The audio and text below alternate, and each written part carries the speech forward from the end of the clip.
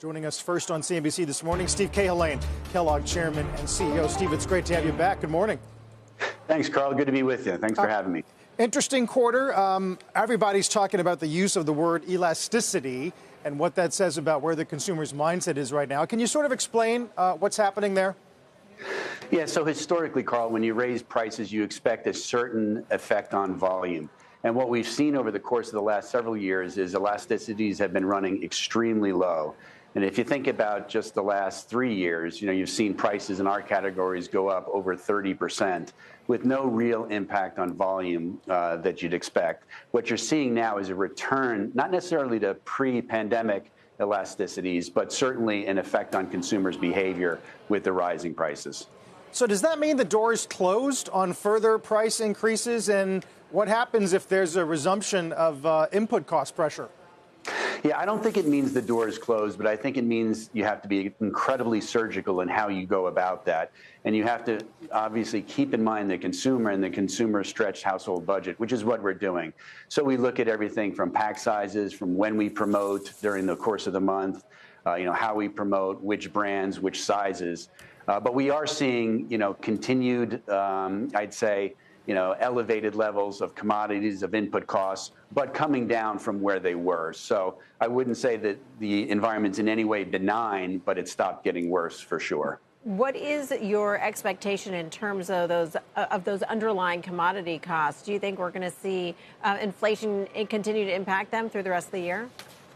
No, I see, for the most part, the commodity basket is going down. There's certain commodities, sugar being one, for example, that are not necessarily going down. But on balance, nothing solves high prices like high prices, right? And so we are seeing a diminishing of that. Some of the inflationary inputs that remain sticky are obviously wages. Wages have had to go up to keep up with the type of inflationary environment we've seen. They tend to be very sticky over time, but commodities in general coming down. And what we call bottlenecks and shortages, all the types of disruptions that we saw coming out of the pandemic, coming out of the war in Europe, are starting to diminish. So things like truck lanes and reliability of supply are indeed getting better. Steve, the company's on track to separate its business into the snacking and international, Kellanova, as well as the core cereal business later this year. I know you have an investor meeting coming up. How should investors think about this? Is it going to be a kind of a faster growing snacks business versus the kind of cash cow on the cereal side? Or what's the advantage of isolating these businesses? Yeah, so we're really looking forward to next week taking investors through a great level of detail about the two new companies. If you think about the cereal business, it'll be 100% focused on North American cereal and what it takes to grow those brands in North America.